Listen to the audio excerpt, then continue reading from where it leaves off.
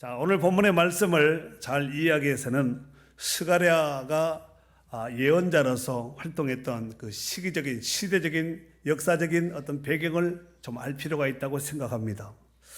BC 539년 페르시아의 고레스는 바벨론을 정복하고 왕이 됩니다.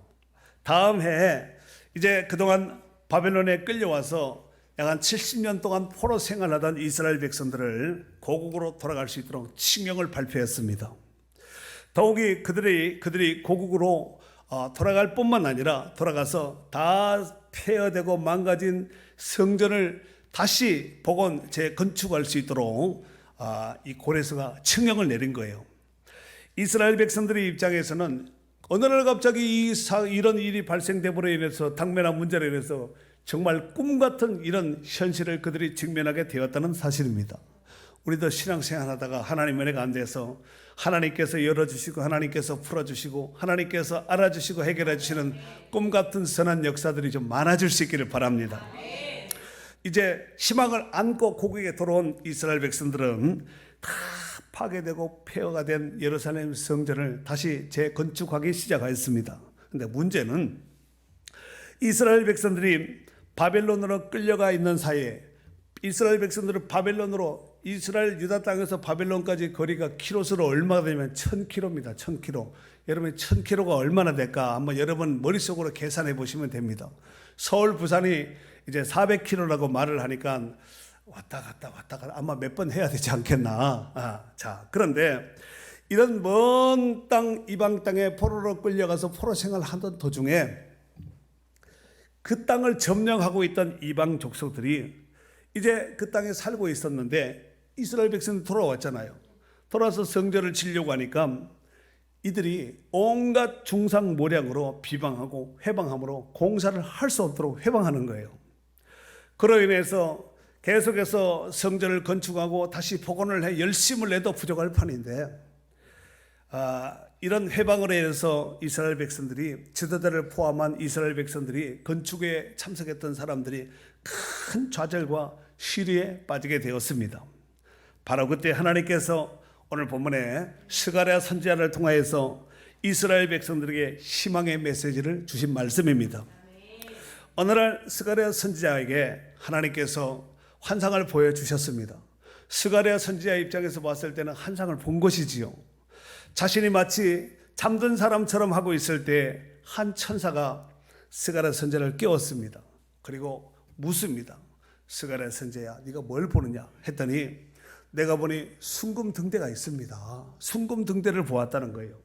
그리고 그 위에 기름 그릇이 있고 그 위에 7 등잔이 있고 또 그 위에 7 등잔 위에 7 관이 있는 것을 보았습니다. 그리고 등잔대 곁에 2 감람나무가 있는데 하나는 그 오른편에 하나는 그 왼편에 있는 것을 보게 되었습니다. 그래서 자기가 본 그대로 천사에게 말을 했지요. 이에 스가랴 선지자가 묻습니다. 도대체 이것이 무슨 뜻입니까? 이렇게 물었더니 천사가 이렇게 대답을 하죠. 내가 이것들을 알지 못하느냐? 모릅니다. 그랬더니 천사가 오늘 본문에 보면 2가지 사실을 스가랴에게 알려준 말씀이 오늘 본문의 말씀이라고 볼 수 있습니다. 여러분도 잘 아시다시피 이스라엘 백성들이 바벨론 포로에서 이제 포로 생활 약 한 70년의 포로 생활, 종살이 생활을 마치고 1차, 2차, 3차 귀환을 하죠. 1차 귀환은 스룹바벨, 지도자가 누구냐면은 스룹바벨, 오늘 본문에 나오는 스룹바벨에 의해서 1차 귀환이 되고 2차 귀환은 에스라에 의해서 귀환이 되고 3차 귀환은 느헤미야 선지자에 의해서 귀환이 됩니다. 그럼 4차는 없는가? 4차는 성경에 없습니다. 아마 그곳에서 오랜 세월 동안 뿌리박고 삶으로 인해서 고국 땅, 유대 땅, 본토 땅으로 돌아감에도 불구하고 우리는 이곳이 좋으니까 그냥 살겠습니다 하고 남아있는 잔존 세력도 아마 있었으리라고 생각됩니다. 어찌됐든 공식적으로는 3차 귀환으로 성경에서는 소개하고 있습니다. 자, 그래서 이 1차 귀환 때에 종교 지도자의 대표가 누구냐면은 여호수아입니다. 여호수아니까 구약의 모세 후계자 여호수아인가 보다 이렇게 생각을 하고 요한은 무조건 베드로, 요한, 야고보 이렇게 생각하시면 안 되고 그 여호수아와 오늘 본문에 나오는 대제사장 여호수아는 다른 사람이에요. 이 사람은 대제사장입니다. 자, 그리고 정치적인 지도자의 대표로는 스룹바벨이었습니다. 자, 그런데 이 스룹바벨은 이스라엘 백성들을 귀환하고 이제 이스라엘 백성들을 귀환하기 위해서 누가 지도자가 인도자가 있어야 되지 않겠습니까? 그러니까 모세가 애굽에서 이스라엘 백성들이 인도한 출애굽의 영도자였다면은 오늘 이 스룹바벨은 저기 바사 나라에서 메데 바사 나라에서 이스라엘 백성들을 인도한 첫 번째 지도자가 스룹바벨이었다는 것입니다. 자, 여기서 종교 지도자인 대제사장 여호수아는 온 인류의 죄를 대속하기 위한 영원한 대제사장이신 예수님을 예표하는 사람이 여호수아입니다. 여러분, 여호수아란 말이 구약의 예수아라는 뜻입니다. 여호수아서 우리 나오죠.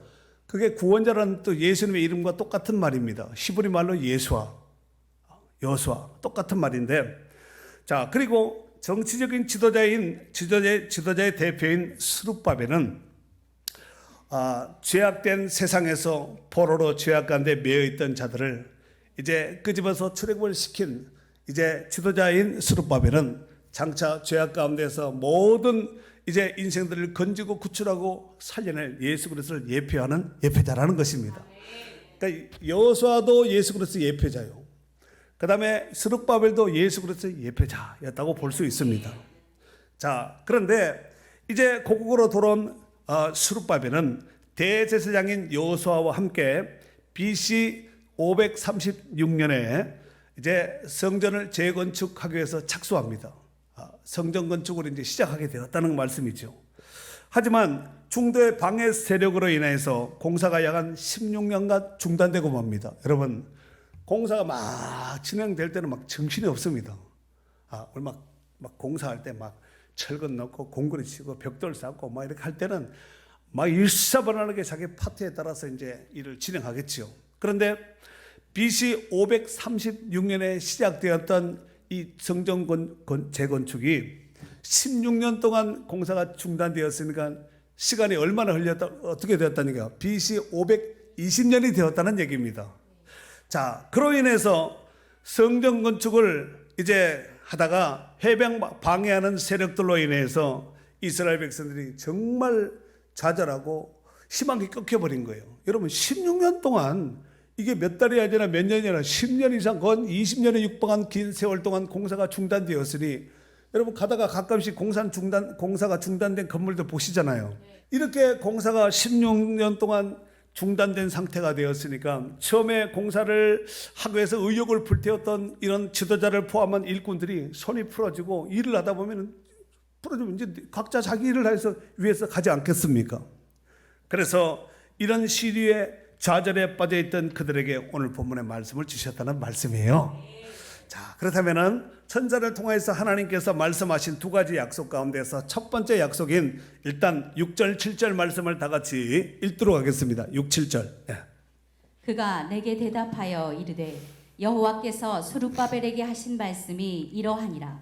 만군의 여호와께서 말씀하시되 이는 힘으로 되지 아니하며 능력으로 되지 아니하고 오직 나의 영으로 되느니라.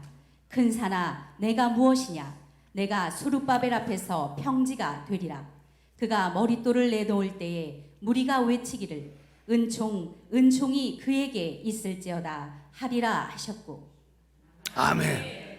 자, 오늘 본문에 보니까 큰 산아, 7절에 큰 산아 내가 무엇이냐? 큰 산아 내가 무엇이냐? 내가 스룹바벨 앞에서 뭐가 되리라? 평지가 되리라 그랬습니다. 여기서 오늘 본문에 나오는 이 큰 산이란 1차적으로 스룹바벨의 성전 건축을 방해하는 자들, 악한 무리들, 이를테면 산발락과 도비야와 그 다음에 게셈과 같은 그 동료들, 그 무리들을 일컫는 말이라고 볼 수 있습니다. 그리고 좀 더 넓은 범주에서 2차적으로는 이 큰 산의 의미는 하나님 나라를 확장함에 있어서 방해하는 모든 원수마귀의 세력들을 말하는 것입니다. 그래서 오늘 큰 산아 내가 무엇이냐, 이 말씀을 원문 직역을 하면 이렇습니다. 큰 산아 내까지 것들이 무엇이냐, 이렇게 경멸조로 말하는 말입니다. 야, 니까지 게 뭐냐, 게임이 안 된다는 얘기지요. 여러분, 스룹바벨의 대적자들이나 사단의 권세자가 아무리 강력하고 센파를 가지고 있다 할지라도 하나님 앞에서는 무력하고 아무것도 아니라는 것을 말씀하고 있는 것입니다. 그렇습니다. 원수 마귀의 전력과 전술은 예나 지금이나 변한 적이 없습니다. 하나님이 기뻐하시는 선한 일에는 사단이 어떤 모양으로든지 회방하고 못하게 하고 방해하는 것이 사단의 전략이고 전법입니다. 요한복음 10장 10절 말씀에 보면은 도둑이 오는 것은 도둑질하고 죽이고 멸망시키라는 것뿐이요 그랬습니다. 도둑질하고 죽이고 멸망시키는 것이 사단의 주특기라는 것입니다. 하지만 분명한 사실은 사단의 사주를 받고 회방하는 악한 자들은 반드시 패망하고 하나님의 뜻은 온전히 확실하게 서게 될 줄 믿습니다. 그렇다면 언제 서게 될 것인가? 장차하실 예수 그리스도 구원자 되신 예수 그리스도께서 오시면은 그 권세는 사단의 머리를 깨뜨리고 밟아버리는 철창 권세를 가진 그 권세로서 이 모든 사단의 전략과 방법 계략을 깨뜨려내고 망가뜨리게 하고 파괴될 줄 믿습니다. 자, 그리고 특별히 오늘 금 등잔대와 두 감람나무의 환상을 통하여서 보여주는 메시지는 이제 금 등잔대가 두 감람나무에서 공급되는 기름에 의해서 불을 밝힐 수가 있습니다. 여러분, 등잔대가 어떻게 스스로 불을 밝힐 수가 있겠어요? 등잔에다 기름을 채우지 심지어 불이 이래 펴지고 밝혀지지 않겠습니까? 그러니까 등잔대 앞에 있는 두 감람나무, 다시 말해서 이스라엘 백성들이 스룹바벨의 지도하에서 재건축 중에 있는 이 성전 건축도 오로지 삼위의 하나님이신 역사하심과 성령의 기름 붓듯한 능력에 의해서만 완공이 될 것이라는 메시지를 주고 있는 것입니다. 그러니까 오늘날 교회는 어떤 것인가? 오늘날 교회도 마찬가지예요. 여러분, 교회는 사람이 그냥 많이 모이면 안 되고 정말 하나님을 사랑하고 하나님을 사모하는 그 은혜 속에서 기도하고 하나님을 기쁘시하고 예배하는 이런 진짜 이게 알곡이라고 그래. 이게 진짜가 아니겠습니까? 그곳에 하나님이 기름을 붓고 은혜를 부시고 하늘문을 여시는 줄 믿습니다. 이 복된 은혜가 이 시간도 지속될 수 있기를 바랍니다. 자, 그렇다면은 그 하나님의 말씀이 이루어지는 시기가 언제일까요? 하나님이 이렇게 말씀하셨잖아요. 이렇게 말씀하셨는데 큰 산아 내가 스룹바벨 앞에서 평지가 되리라. 그럼 이루어지는 시기가 언제냐 이거죠. 자, 8절 9절 한번 읽겠습니다. 8절 9절.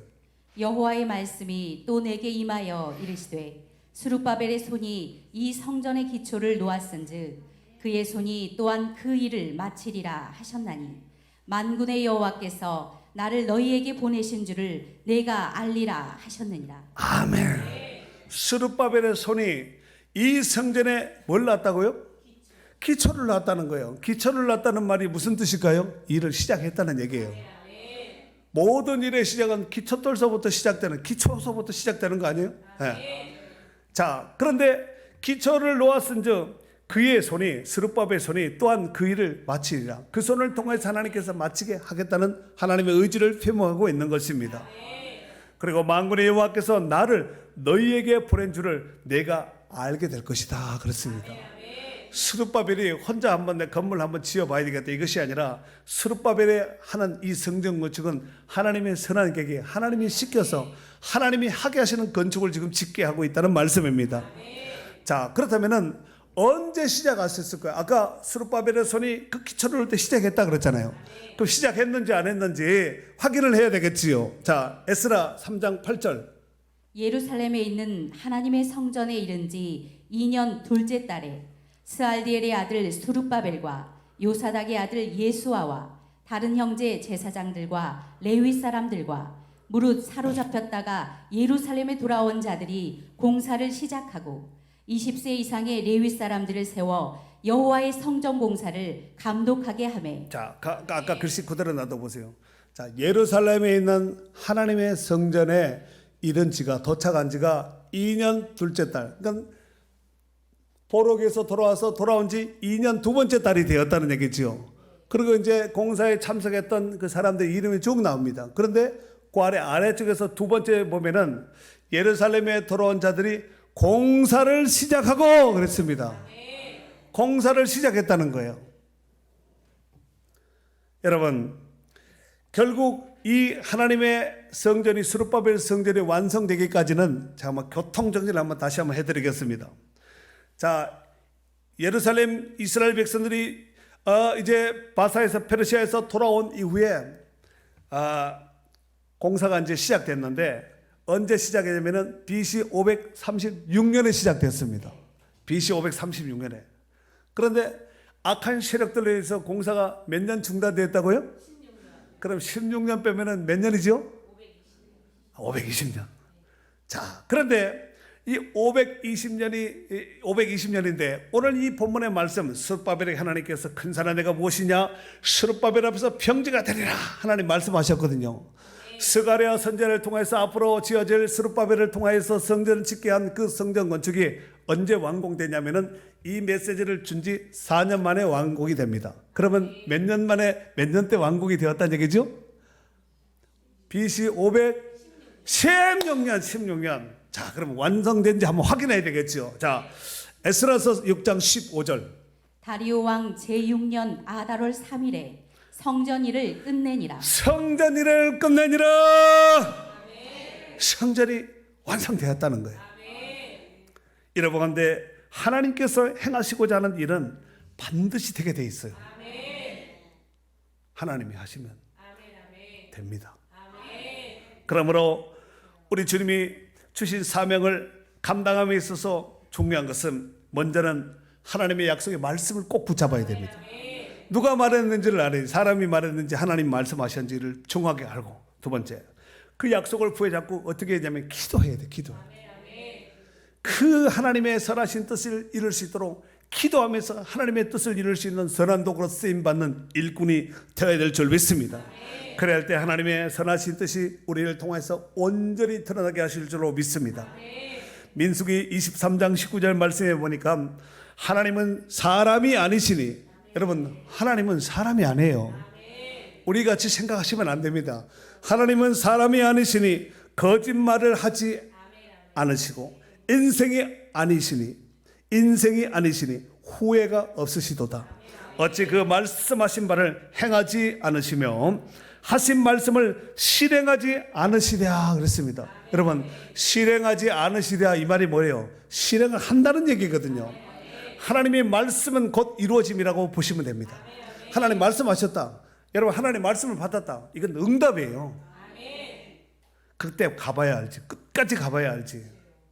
끝까지 가다 보면 세월만 보내고 그렇구나 이러지 말고 하나님이 말씀은, 하나님은 알파와 오메가고 처음이고 나중이고 시작과 끝이신 하나님이잖아요.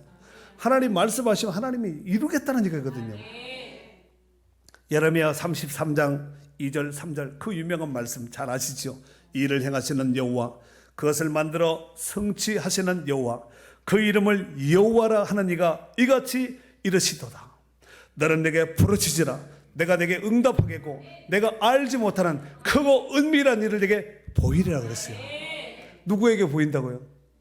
아무에게 보이는 게 아니라 일을 행하신 그 하나님께 앞에 부르짖어 기도하는 자에게 하나님 보여주겠다는 거예요. 그래도 안 부르짖어요. 왜냐하면 부르짖을 이유가 없으니까. 뭐 다 부족함이 없는데 굳이 그렇게 쫙 하고 이렇게 목이 쉬게 부르짖을 필요가 있겠나? 그렇게 교만하면 안 되고, 기도하지 않은 사람은 교만한 사람이에요. 하나님은 교만한 사람을 안 기뻐해요. 교만한 사람은 목을 꺾는다는 말씀도 있습니다. 제 말이 아니라 겁주려는 거 아니라 목을 꺾는다는 거예요. 하나님이 그런 얘기 있잖아요. 어떤 신학자는 그런 말도 하셨다고만요. 하나님이 쉬시다가 주무시다가 교 하면은 벌떡 깬다는 거예요. 회 하면은 다시 이제 쉬신다는 거예요.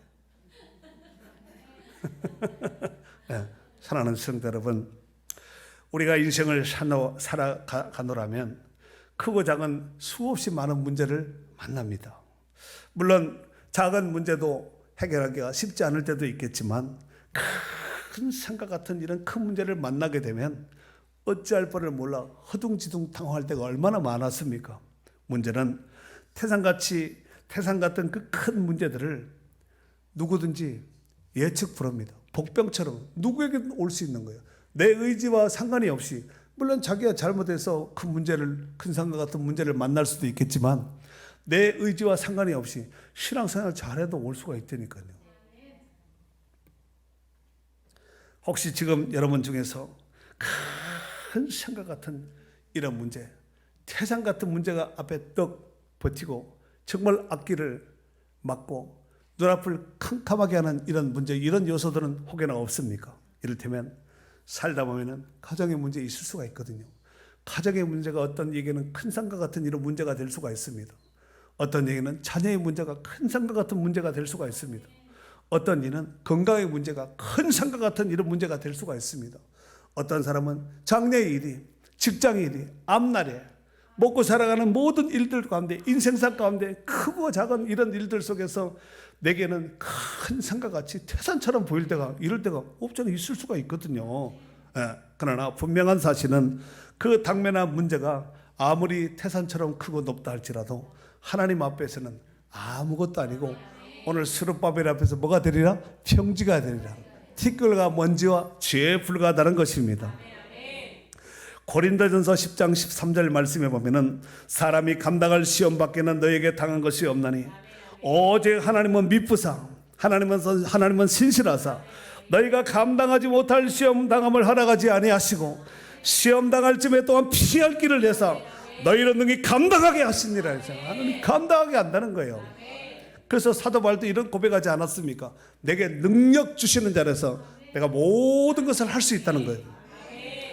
만약 오늘 큰 산과 같은 이런 문제 앞에서 어떻게 하지? 이렇게 당황하며 두려워하는 분들이 혹여나 있다면 한번 저를 한번 따라해 보시기 바랍니다. 큰 산아, 더 크게 큰 산아, 내가 무엇이냐? 스룹바벨 앞에서 평지가 되리라. 아멘. 자, 큰 산아 대신에 자기 이름을 한번 넣도록 하겠습니다. 스룹바벨 대신에 자기 이름을 넣는 거예요.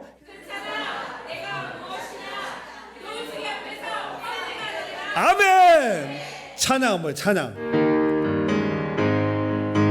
큰 산아 스룹바벨 앞에서 평지가 되리라.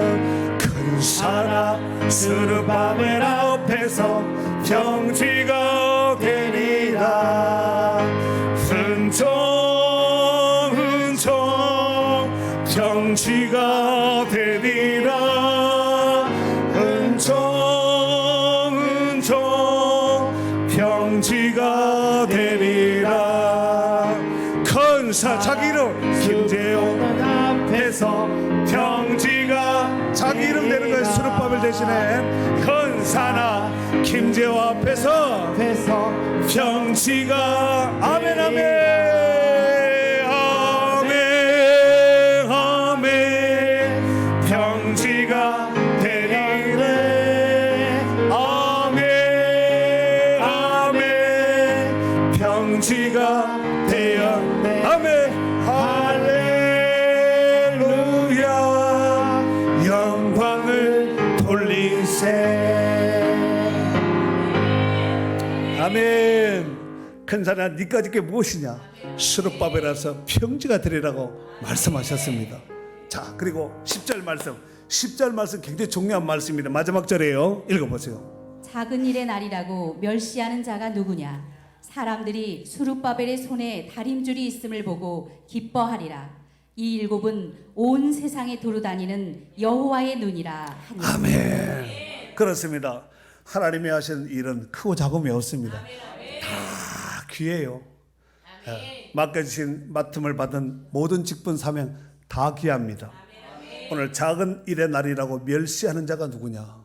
여러분, 주의 일 어떤 것을 맡아 할지라도 멸시하고 하시하고 이러면 안 됩니다. 오늘 우리에게 맡겨주신 귀한 사명을 귀하게 여긴다는 것은 그 하나님을 귀하게 여기는 말과 똑같습니다. 그러므로 그 하나님께서 우리에게 크고 작은 일을 맡겨주셨을 때 그 사명을 신실하게 잘 감당할 수 있는 복된 성도들이 되어야 될 줄로 믿습니다. 마태복음 25장 23절에 보면은 그 주인이 이르되 잘하였도다 착하고 충성된 종아 내가 적은 일에 충성하였음에 내가 많은 것을 내게 맡기리니 내 주인의 즐거움에 참여할지어다 그렇습니다. 적은 일에 충성했다는 거예요. 적은 일에 충성도 주님이 기억하십니다. 사랑하는 성도 여러분, 오늘 마지막 절에 보니까 이 일곱은 온 세상에 돌아다니는 여호와의 눈이라 그랬어요. 이 일곱은 온 세상을 돌아다니는 여호와의 눈이라는 거예요. 하나님의 눈은 몇 개예요? 7이라는 거예요. 그럼 7은 뭔가 완전수입니다. 이게 하나, 둘, 셋, 넷 이렇게 7 이게 아니라 온 땅을 두루 살피시는 완전하신 눈. 못 보는 것이 없고 안 보는 것이 없고 미치지 못하는 것이 없다는 거예요. 혹 이런 생각을 할 수가 있어요. 기도 많이 하는 사람은 하나님이 보시는 것 같고 뭐 이렇게 짧게 기도하고 작은 신음 탄식에 뭐 하나님이 내 기도를 들으시고 이렇게 나까지 이렇게 바쁘신 분이 뭐 이렇게 나까지 신경 쓰고 응답해 주시겠나 이렇게 생각할 수 있는데 하나님은 온 천하를 온 세상을 여호와의 눈은 두루다닌다 그랬습니다. 완전하신 7눈을 가지신 완전하신 하나님. 온 못 보는 것이 없다는 거예요. 여기 보니까 온 세상을 두루다니는 여호와의 눈이라 그랬잖아요. 그럼 우리 교회도 왔다 갈까요 안 갈까요? 지금은 살피시고 계시고 이따가는 여러분 집에서는 직장에서는 죄 짓는 자리에서는 그때는 좀 한쪽 감아주시나? 다 보고 계시거든요. 보고 듣고 우리가 눈을 잘 보이잖아요. 눈 잘 보이십니까? 잘 보이냐고요. 제가 잘 보면 잘 보이는 거야. 그럼 이 눈을 누가 만들었을까요? 하나님 만들어요. 이 눈을 우리 눈이 잘 보이는데 우리 눈을 만드신 분이라면 얼마나 더 살피시겠어요? 눈의 용도를 하나님이 모르시겠습니까? 온 천하를 온 세상을 두루 살피시는 하나님의 7눈 여호와의 눈이라고 말씀하고 있습니다. 지금도 그 눈은 불꽃 같은 눈동자로 7눈으로서 우리의 삶을 우리의 형편을 아시고 어떻게든 우리 가운데 도우시려고 채우시려고 함께 하려고 은혜 주시려고 응답 주시려고 살피고 계시는 거예요. 그 눈에 띄어서 다윗은 왕이 되었고 예수님의 제자들은 일터에서 눈에 띄어서 시대 가운데 쓰임받는 대사도들이 되지 않았습니까? 오늘도 하나님께서 여호와의 눈은 온 땅을 두루 살피사 전심으로 자기를 향하는 자에게 능력을 베푸시나니 역대하 16장 9절에 있는 말씀입니다. 하나님은 온 땅을 두루 살피신다고 하셨으니 아이고 내 형편 내 사정을 아시겠나? 그런 소리 하면 안 됩니다. 하나님이 작은 신음소리에도 속으로 기도하는 하나님이 아신다는 거예요. 멀리서도 사람의 생각을 하감 통촉하시는 살아계신 하나님이신 줄로 믿습니다. 오늘 인생 가운데 큰 산과 같은 문제 앞에서 하나님을 더욱더 의지하고 하나님을 신뢰하고 나가는 축복된 성도들이 될 수 있기를 주의 이름으로 축원합니다.